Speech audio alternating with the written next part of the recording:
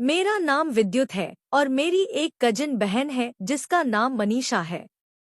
हम दोनों अपने गांव में रहते थे जो बिहार में पड़ता है। वहां हम अपने दादी बाबा के साथ रहते थे और वहीं पढ़ाई करते थे। मैं और मनीषा शुरू से ही एक दूसरे के साथ बहुत खुले थे। हम किसी भी टॉपिक पर खुलकर बात कर लेते थे, बिना किसी झिझक के। बात आज से 2 साल पहले की है, जब गर्मी का मौसम था। गर्मी इतनी थी कि रात में नींद ही नहीं आती थी। इस वजह से मैं और मनीषा एक ही बैग पर सोते थे। हम देर रात तक बातें करते रहते और बातें करते करते ही कब सो जाते पता ही नहीं चलता था। एक रात हम हमेशा की तरह बातें कर रहे थे। बात करते करते हम दोनों सो गए। रात के करीब 1:30 बजे मेरी नींद अचानक खुल गई। मैंने महसूस किया कि मेरा हाथ मनीषा के ऊपर था। पहले तो मैं चौंका, लेकिन फिर याद आया कि यह तो मेरी कजन बहन है। मैंने ज्यादा नहीं सोचा और फिर से सो गया। अगले दिन जब हम सोने के लिए बेड पर आए, मैंने सोचा कि आज जल्दी सो जाऊंगा ताकि मनीषा भी जल्दी सो जाए। वैसा ही हुआ। मैं जल्दी सो गया और थोड़ी देर बाद मनीषा भी गहरी नींद में सो गई। लेकिन उस रात मुझे नींद नहीं आ रही थी। मैं लेटा हुआ था, करवटें बदल रहा था। गर्मी बहुत ज्यादा थी जिसके कारण और बेचैनी हो रही थी। मैं मनीषा की तरफ मुड़ा और देखा कि वह गहरी नींद में सो रही थी। गर्मी से परेशान होकर मैंने सोचा कि थोड़ा अलग हटकर अपने सारे कपड़े उतार दूं। शायद इसे कुछ राहत मिले।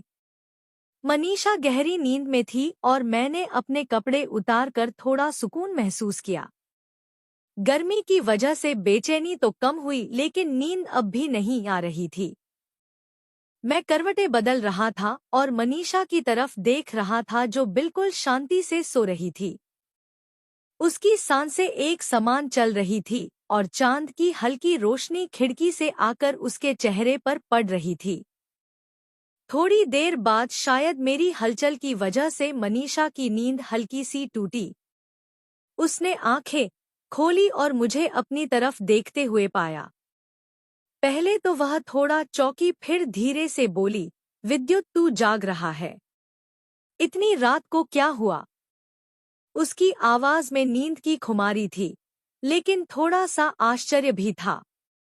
मैंने थोड़ा झिझकते हुए कहा, हाँ दीदी, गर्मी की वजह से नींद नहीं आ रही थी, बस थोड़ा राहत लेने के लिए।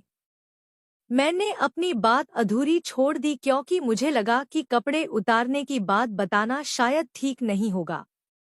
मनीषा ने मेरी तरफ देखा, फिर हल्की सी मुस्कुराई और बोली, अरे गर्मी तो मुझे भी लग रही है, लेकिन तू इतना बेचैन क्यों है? कुछ बात है क्या? उसने बेड पर थोड़ा करवट बदली और मेरी तरफ देखने लगी। हम दोनों के बीच हमेशा से खुलापन था, तो मुझे लगा कि शायद मैं उससे कुछ बात कर सकता हूँ।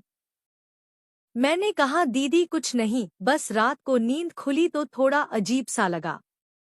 कल रात भी ऐसा हुआ था जब मेरा हाथ तुम्हारे ऊपर था।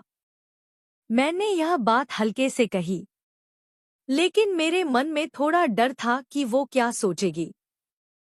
मनीषा ने मेरी बात सुनी और फिर हंसते हुए बोली, अरे पागल, हम तो भाई बहन हैं, इसमें क्या अजीब? गर्मी में सोते वक्त हाथ पैर इधर उधर चले जाते हैं, तू इतना मत सोच। उसकी बात सुनकर मुझे थोड़ा सुकून मिला।